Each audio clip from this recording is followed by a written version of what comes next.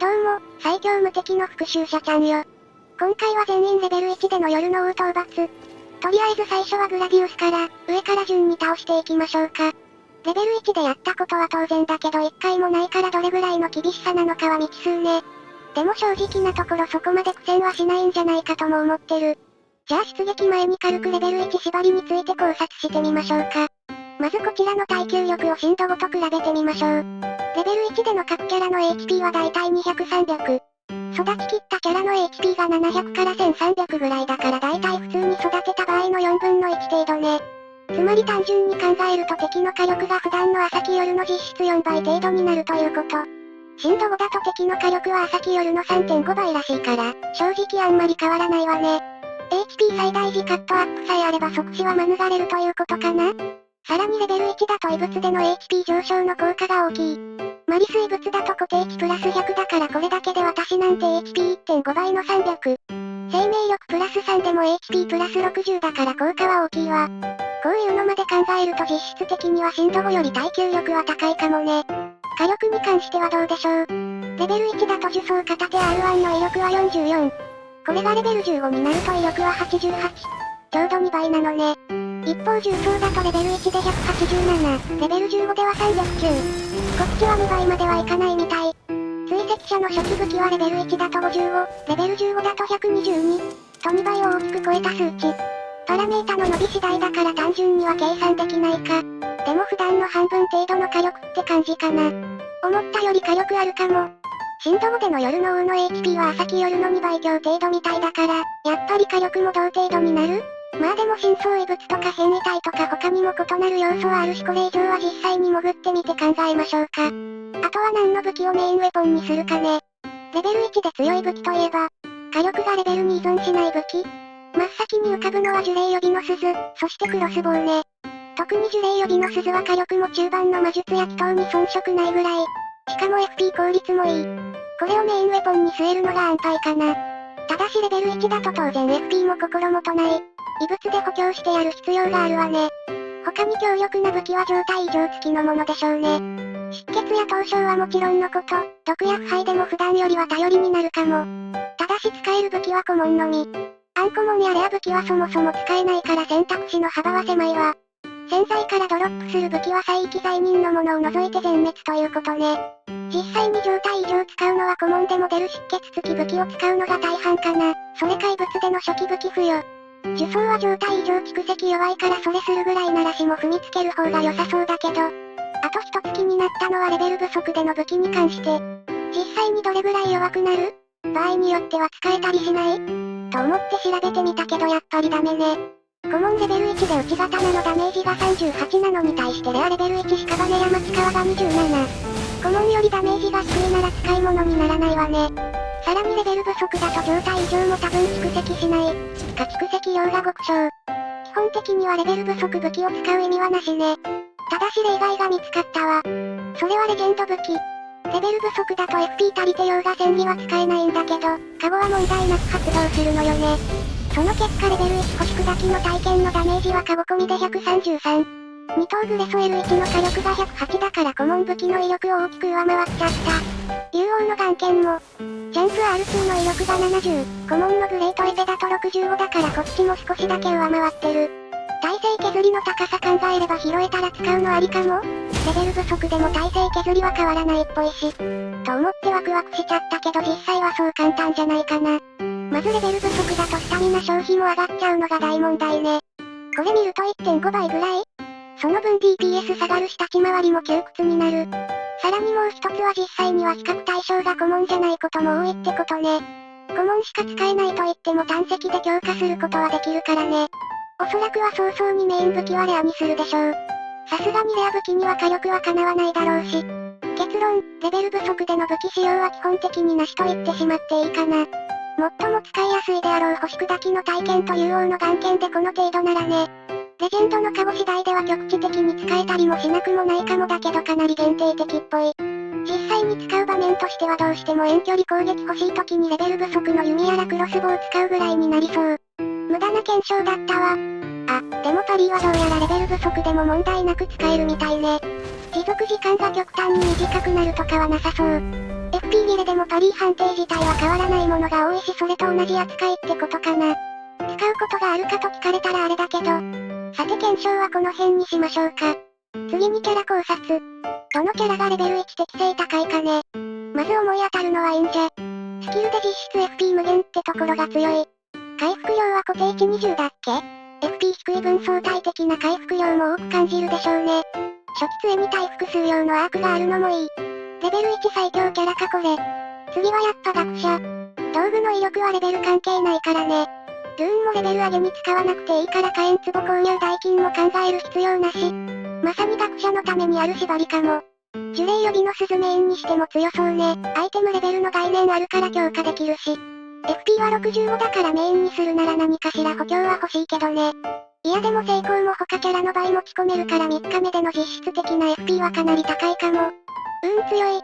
あとは出向者かな。単純に出血が強い。普通のプレイでも序盤は出向者無双になること多いしね。レベル1だとさらに頼りになりそうだわ。あとは言うまでもなく鉄の目。マーキングはレベル1でもやっぱり弱いわけがない。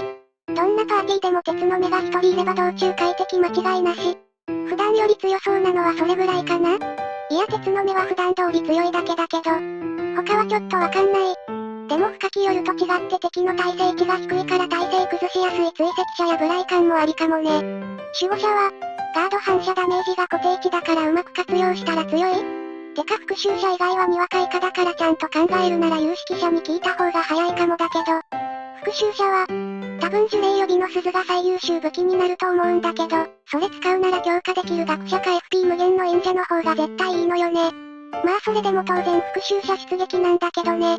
お荷物になったらごめん。いやでも DLC 前、すなわち重装付与追加前の深き夜は火力面では大体お荷物だったから今更かそんなこと。考察はこれぐらいにしてそろそろ出撃準備しますか。最後にこれまでの考察を元にして作った異物構成、先に紹介しちゃうわ。こんな感じ。常世マリス異物はいつも通り。固定の HP100 上昇ももちろん大きいけど持続回復も強い。毎秒固定値にだけ回復だから HP が少ないほど実質回復割合は大きいわね。そしてレベル1の少ない FP をケアする聖院3つ FP 上昇と魔術師等 FP 上昇。聖院3つ FP 上昇は特に重要ね。なんたって固定値でプラス50。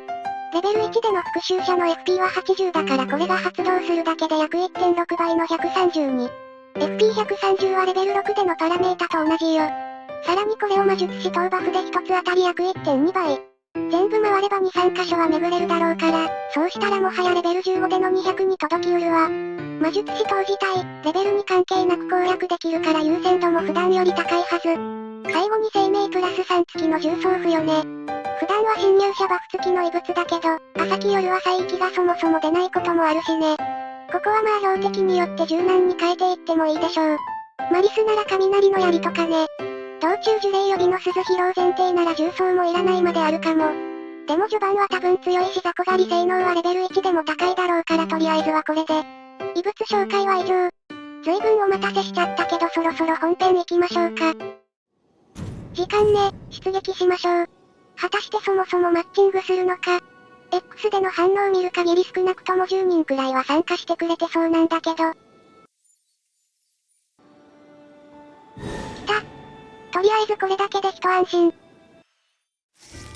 無事マッチングには成功したんだけど。復讐者3人。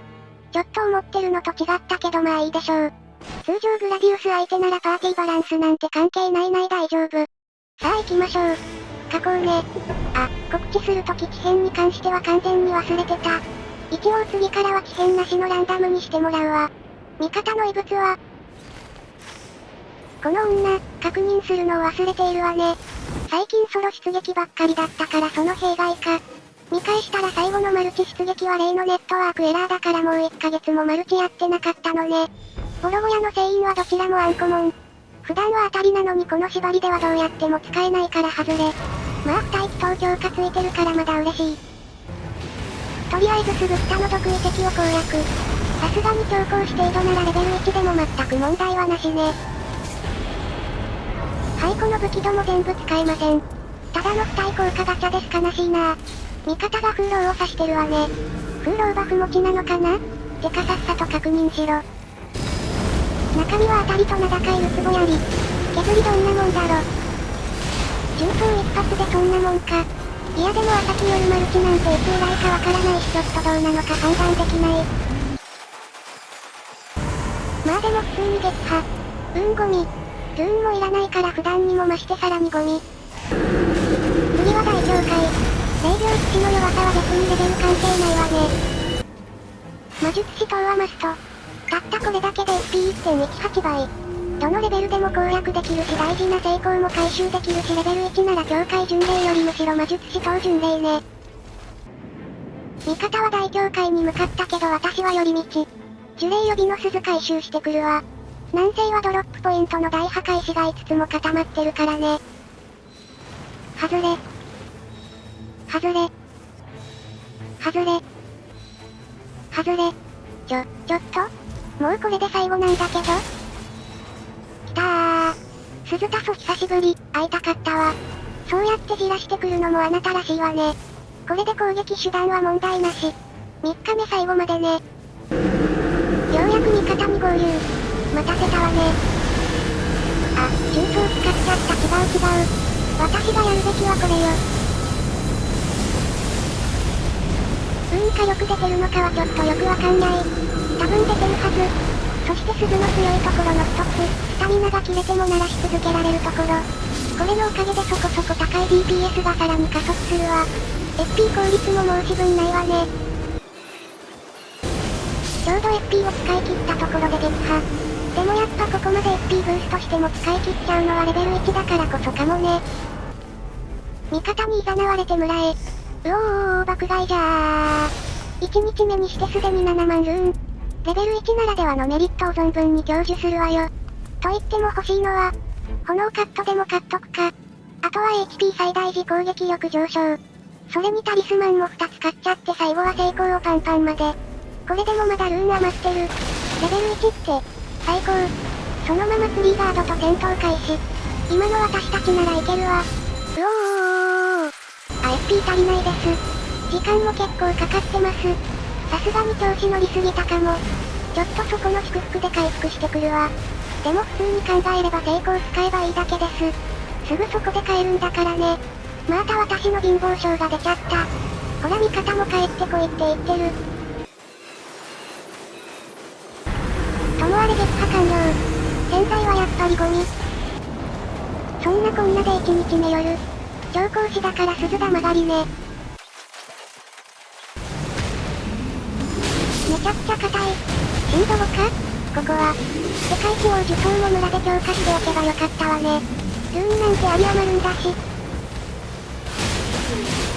まあ3人プラスアルファでボコボコにすれば問題なし。出血武器持ってる味方が心強いわ。さて鈴田曲がり。まあ私は鈴鳴らすだけね。鈴のリーチはだいたいローリング14回分ぐらいの超長射程。最も安全に攻撃できる武器の一つね。FP 使い切ったけどまだそこそこ HP 残ってる。さすがに鈴あれば余裕とまではいかないか。ここからは近接で頑張ります。どうしても成功のかけらは使いたくないようですこの女。今回実質無限にルーン余るんだからいつもに増して価値低いのに。指名いただきます。ほぼして効果の指名アーツ蓄積活用できて5万 F です。はい、オッケー。どれくらいダメージもらうかも見ておきたかったけどまた今度ね。ごめん、私うますぎて。2日目移動中。ようやく味方異物のことを思い出したわね。1人は筋力上昇と生命持久上昇の完全殴り合いビルドね。これは確かにあり。レベル1だと能力値の固定値上昇が強いからね。常世マリ水物も偉い。押村区はやっぱり能力変化効果はレベル1だと効果小さいことね。上の方はレベル1だと筋力プラス2、進行マイナス1相当。下の方はレベル1だと HP プラス20、スタミナプラス2、FP マイナス5相当。つまり生命力プラス1、持久力プラス1、精神力1ということね。つまり異物一つ単位での影響をまとめるとこうなるわね。こう考えると強いかも。特に真ん中。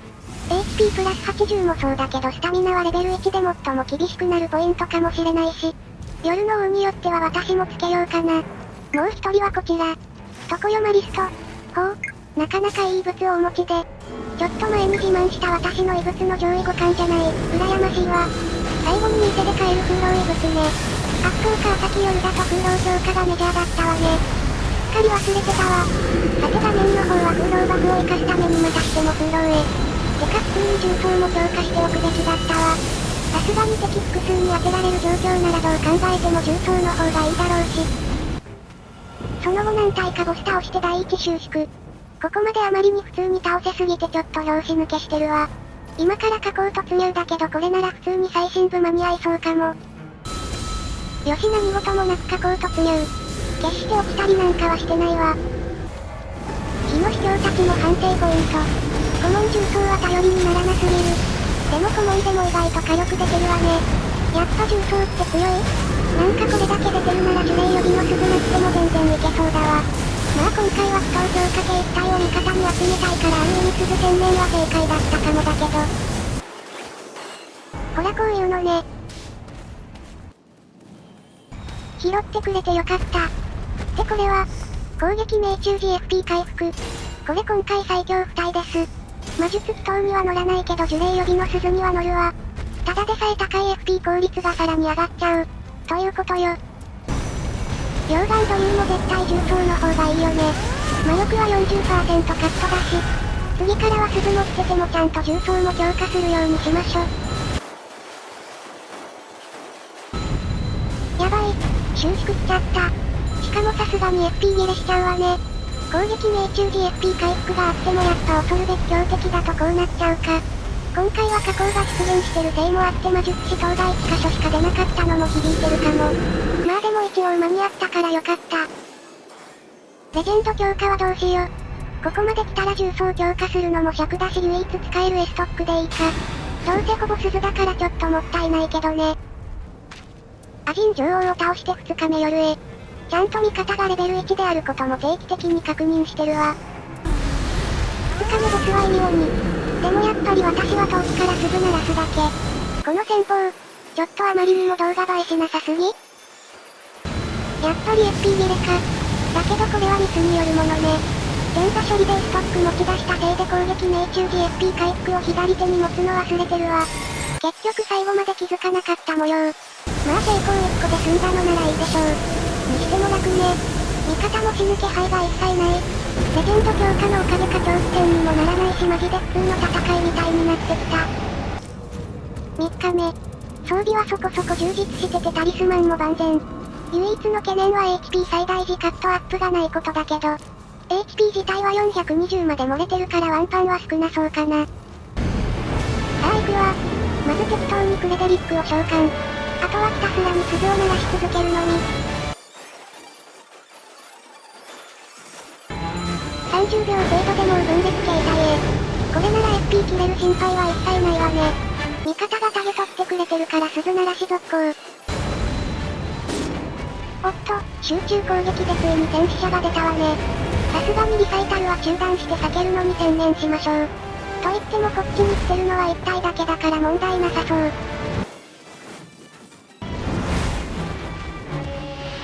よし分裂形態終了。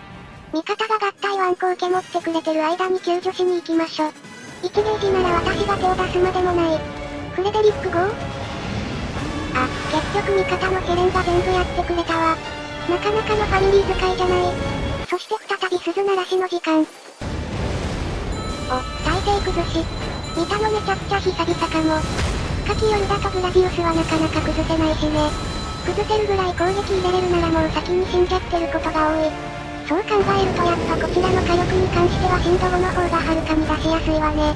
今回はレジェンド強化までしてるのに2回も分裂されちゃってるし。多分大丈夫そうだしもうアースで時短を図るわ。2回目の分裂は無事故で突破。もうこれで仕留めきれるかな。と思ってたけど残念ながら3回目に突入。通常グラディウスにこんな時間かかるのは新鮮だわ。さすがにレベル1か。味方がアーツ切ったわね。もうここで仕留め切るつもりかな。お、重装複数当てでがっつり削った。そしてこれにて撃破。やったー。イエイイエイイエイイエー